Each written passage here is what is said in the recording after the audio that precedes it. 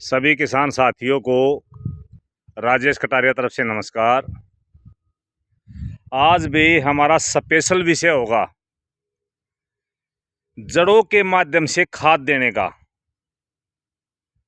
तो वीडियो थोड़ी लंबी होगी क्योंकि मैं इस वीडियो के माध्यम से किसानों के कई तरह के भ्रम व जो नुकसान खाद से होते हैं, पैसा भी खर्च होता है और खाद का फायदा भी नहीं मिलता, काफ़ी नुकसान होता है, उन सभी विषय पे बारी बारी बात करूँगा। तो सबसे पहले बात आती है अभी खाद हमने एप्पल बेर के अंदर किस किस समय डालना चाहिए। तो एप्पल बेर के अंदर खाद वैसे नॉर्मली 3 टाइम पर डलता है। जिन्हें पहली बार पौधे लगाए हैं या पहली कटाई करी है, वो किसान कटाई करने के बाद तुरंत कुछ मात्रा में खाद डाल सकता है। लेकिन जिसकी दूसरी कटाई, तीसरी कटाई या उसके बाद कटाई होती है, उसको कटाई के बाद खाद की इतनी रिक्वायरमेंट नहीं होती है, लेकिन वो कुछ मात्रा में डाल सकता है अगर उसके पौधे की ग्रोथ कम रहती है तो, या लेट कटाई करता है तो वो खाद डाल सकता है। दूसरी जो सभी किसानों के लिए अहम डोज होती है वो होती है फूल आने से पहले, यानी कि जो फ्लावरिंग का जो समय होता है उससे लगभग 1 महीना पहले हमने अपना खाद डालना पड़ता है। चाहे वो गोबरा खाद डालता हो, चाहे भाई वो आप वर्मी कंपोस्ट डालता हो, या डीएपी, पोटास, जिंक, सल्फर, कोई भी खाद डालता हो, केमिकल खाद हो या देसी खाद हो। और जो तीसरा जो खाद होता है, तीसरी बार जो खाद डालते हैं वो साथियों फल बनते समय हमें खाद डालना पड़ता है। तो आज हम बात करेंगे भी फ्लावरिंग से पहले जो खाद डालते हैं वो हम किस तरीके से डालें और कितनी मात्रा में डालें और कौन सा खाद डालें। तो सबसे पहले बात आती है भी गोबर का खाद, पुराना सड़ा हुआ गोबरा खाद, वर्मी कंपोस्ट, उसका सीधा फार्मूला है। अगर आपका 1 साल का पौधा है तो लगभग 4 से 5 केजी, 2 साल का पौधा तो 8 से 10 केजी, 3 साल का पौधा है तो लगभग 12 से 15 केजी। अगर आपका पौधा 4 साल या इससे अबो है, इससे ज़्यादा का है, तो आप 15 से 20 केजी के आसपास उसमें गोबरा खाद डाल सकते हैं। इसके बाद बात आती है भाई जो किसान भाई डीएपी, एसएसपी, 12-32-16 जो भी अगर खाद डालना चाहता है तो उसकी मात्रा अगर मैं बात करूं तो सबसे पहले बात करूंगा मैं भाई डीएपी की। डीएपी जो खाद है वो लगभग एवरेज जो होता है, पहले साल का अगर पौधा आपका 1 साल का पौधा है तो उसमें लगभग 200 से 250 ग्राम, 2 साल का पौधा है तो लगभग 400 से 500 ग्राम, अगर आपका 3 साल या इससे अब पौधा है तो 800 से लगभग 1 केजी के आसपास उसमें आप डीएपी डाल सकते हो। सेम अगर 12-32-16 डाल रहे हैं तो उसकी भी डोज इसकी सेम रहेगी। लेकिन बात आती है एसएसपी की। अगर एसएसपी की मैं बात करूं तो उसकी डोज लगभग जो हमने डीएपी और एनपीके की जो डोज है उसका लगभग 2 से 3 गुना आप वो डोज डाल सकते हैं। अगर मैं आपको सिंपल तरीके से बताऊं तो लगभग 1 साल का अगर आपका पौधा है तो आप 500 ग्राम से लेकर उसमें 700 ग्राम तक, 2 साल का पौधा है तो उसमें लगभग आप 700 ग्राम से लेकर 1 केजी तक, और अगर आपका 3 साल या इससे अब वो पौधा है तो लगभग आप 1.5 से 2 केजी के आसपास एसएसपी डाल सकते हैं। अब बात आती है जो किसान भाई डीएपी के साथ एसएसपी डाल देता है, डीएपी के साथ पोटास डाल देता है, डीएपी के साथ ही जिंक सल्फेट डाल देता है, और डीएपी के साथ ही मैग्नीशियम सल्फेट डाल देता है। काफ़ी वीडियो में बताते हैं बेसल डोज, भाई बुवाई से पहले उसको सबको मिक्स करके वो डाल देते हैं, लेकिन किसानों की एक यह बहुत ही गलत विधि है जिससे किसान को फायदा होने की बजाय नुकसान हो जाता है। एक तो उसने जितनी कॉस्ट का खाद डाला वो सारा जीरो हो जाता है, यानी कि वो ज़मीन के अंदर पत्थर बन जाता है।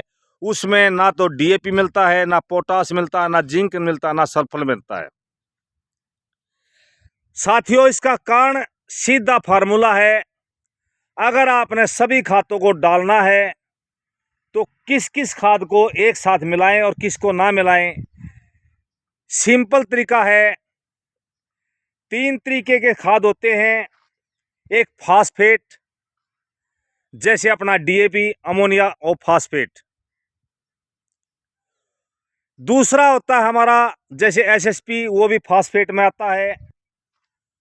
इसके अलावा साथियों एक होता है हमारा सल्फेट, जैसे magnesium sulphate, calcium sulphate, zinc sulphate. तीसरा हमारा होता है नाइट्रेट, जैसे कैल्शियम नाइट्रेट। इसके अलावा एक और भी खाद आता है, वो आता है चिलिटिड में।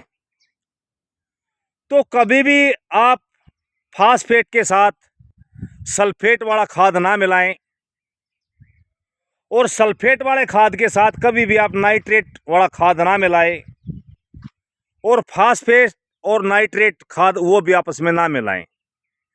इनका रिएक्शन होता है, रिएक्शन ये होता है, ये जब भी ज़मीन में आप एक साथ इन खादों को डाल देते हैं तो ये खाद एक किस्म के सॉलिड फॉर्म में आ जाते हैं, और सॉलिड फॉर्म में आने के बाद ये हमारी ज़मीन के अंदर जैसे भी जाएंगे, जाने के बाद तुरंत पत्थर बन जाते हैं और हमको किसी भी खाद का कोई भी रिजल्ट नहीं मिलता।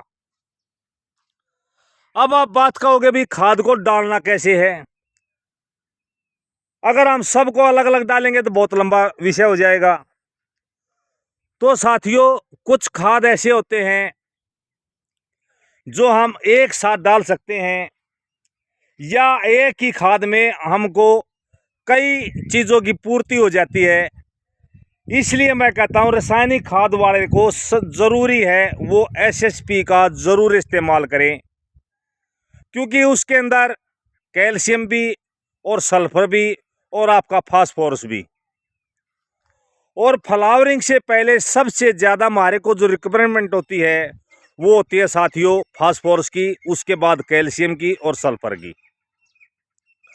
पौधे को हरा भरा रखने के लिए मैग्नीशियम सल्फेट की भी आवश्यकता होती है।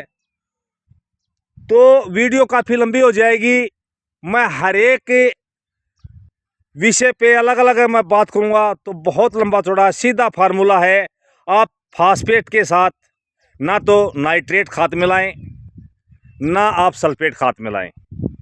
सल्फेट खाद के साथ ना तो आप नाइट्रेट खाद मिलाएं। अब आपने देना कैसे है साथियों। अगर आपकी मजबूरी आपने एक ही साथ खाद लगाना है तो वो भी तरीका बताऊंगा, नहीं तो आप अपने खाद में लगभग जो एवरेज है वो, जैसे आपने जो भी खाद डालना है वो अभी से खाद डालना शुरू कर दें। यानी कि 1 महीना पहले से आप खाद डालना शुरू कर देंगे तो उसमें 4 से 5 दिन के अंतराल पे आपका पूरा डोज सभी तरह का खाद आपके पौधों को अवेलेबल हो जाएगा और वो कोई भी रिएक्शन नहीं करेगा।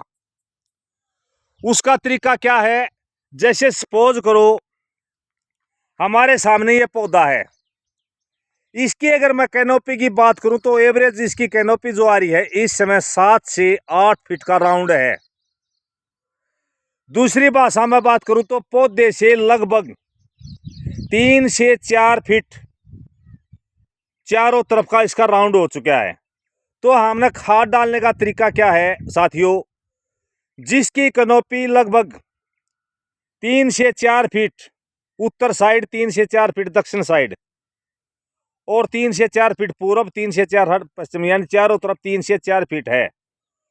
तो उस एरिया में आपने खाद डालना है। सबसे पहले आप एसएसपी डाल दें। जो मैंने डोज बताई है एज के अनुसार, थोड़ा थोड़ा खुदाई करके सॉरी, और खाद डाल के उसको वापस मिट्टी में मिला दें। बरसात का समय है, बरसात हो जाती है 2-3 दिन के अंदर तो ठीक है। अगर बरसात नहीं होती है तो साथियों नमी होनी बहुत ही ज़रूरी है। अगर नमी नहीं है तो साथियों फिर आपने पानी लगाना पड़ेगा, हल्का पानी लगा दें। इसके बाद साथियों जो दूसरी हमारी जो डोज जाएगी वो जाएगी हमारी एसएसपी के अलावा डीएपी या एनपीके, दोनों में से कोई भी आप एक ले ले।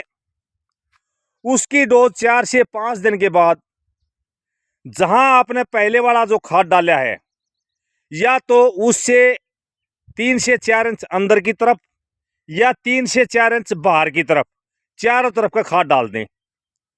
जहां आपने खाद डालना होता है वो एक राउंड में आप 3 से 4 इंची का एक हल्का हल्का गड्ढा बनाएंगे चारों तरफ के, उसमें खाद डालना होता है। तो पहले जो खाद डाला वो उसका एक दूसरा गड्ढा बनाएं, उसमें आप डालें।